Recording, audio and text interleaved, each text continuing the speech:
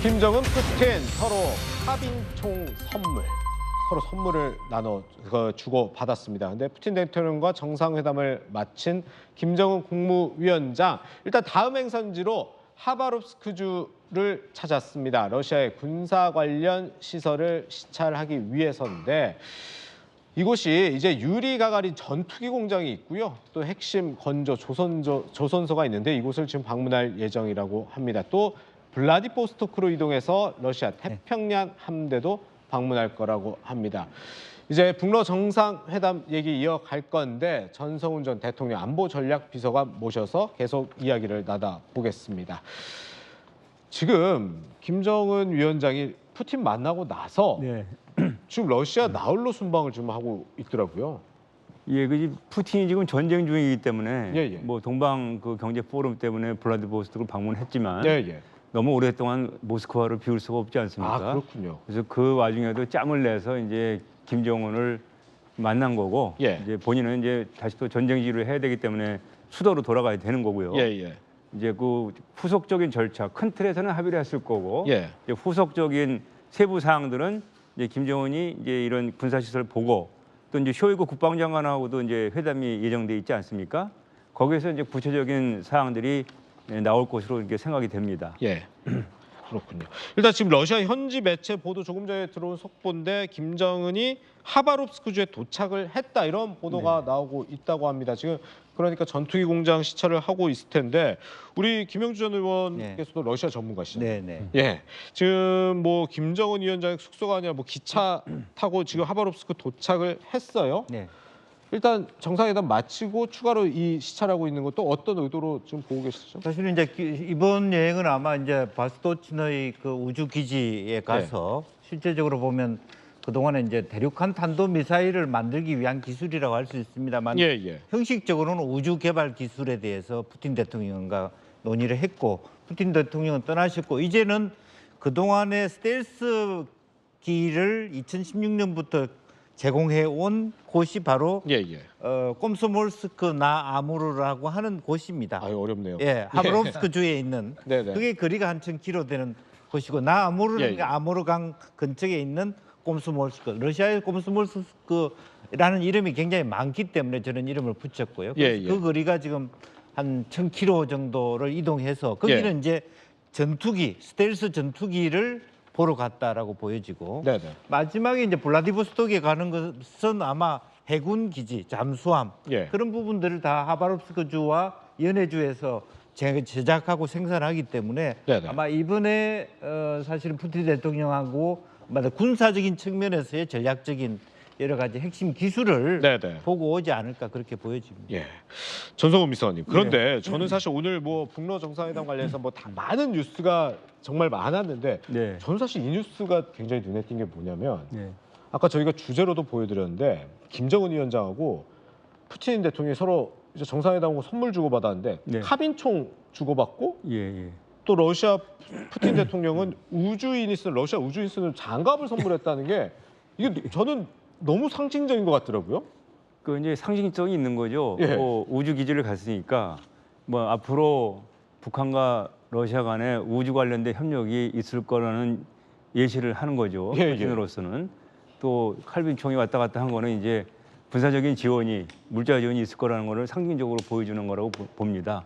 이제 옛날에도 그 푸틴하고 김정은이 만났을 때 아마 소총을 선물을 줬던 게 있던 걸로 기억이 하는데 뭐 아무래도 군사 위주의 국가들이기 때문에 그런 부분에서 이제 통상 우리처럼 뭐 도자기를 선물하는 게 이런 게 아니고 그 무력을 과시할 수 있는 그런 선물들을 위주로 이제 선정이 되는 것 같습니다. 근데 이제 청와대에 계셨으니까 원래 저렇게 정상 간에 선물 주고받을 때도 다 의미 부여하지 않나요?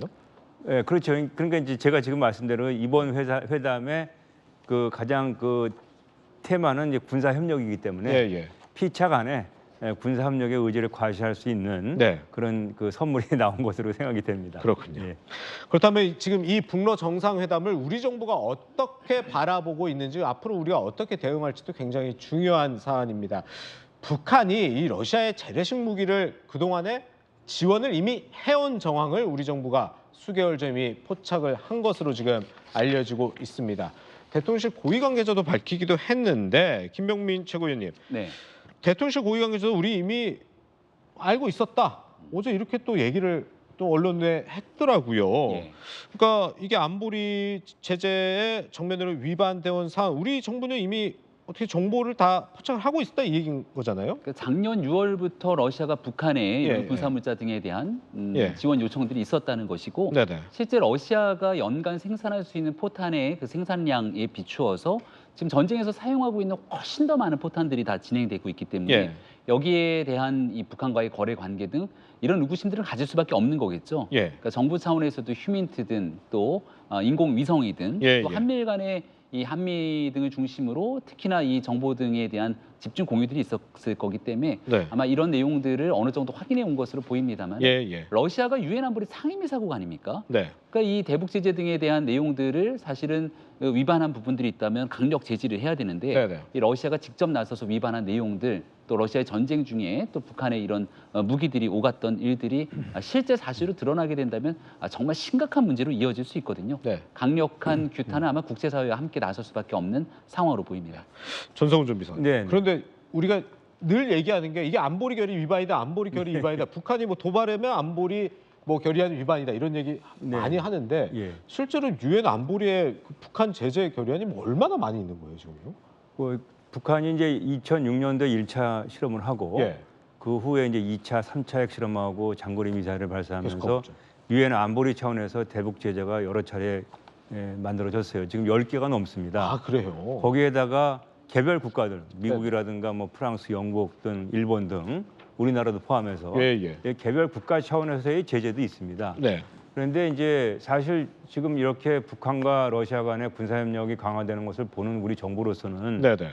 제재 외에는 마땅한 수단이 없거든요. 미국도 마찬가지지만. 예. 그런데 문제는 제재라는 것이 정상적으로 작동을 해도 틈이 있습니다. 아 그렇군요. 그런데 지금 이 둘은 그 제재를 대놓고 위반하겠다는 두 나라이다 보니까 추가적인 제재를 한다고 해도 그 제재에만 이제 의존할 수 없는 예. 여러 여기저기에서 누수 현장이 발생할 수 있기 때문에 예. 그 부분은 어떻게 우리가 결국 이제 우리 국가 안보를 이제 제대로 지키는 게 문제가 되는데 예. 그 부분을 어떻게 다뤄 나가야 할 것인가가 네.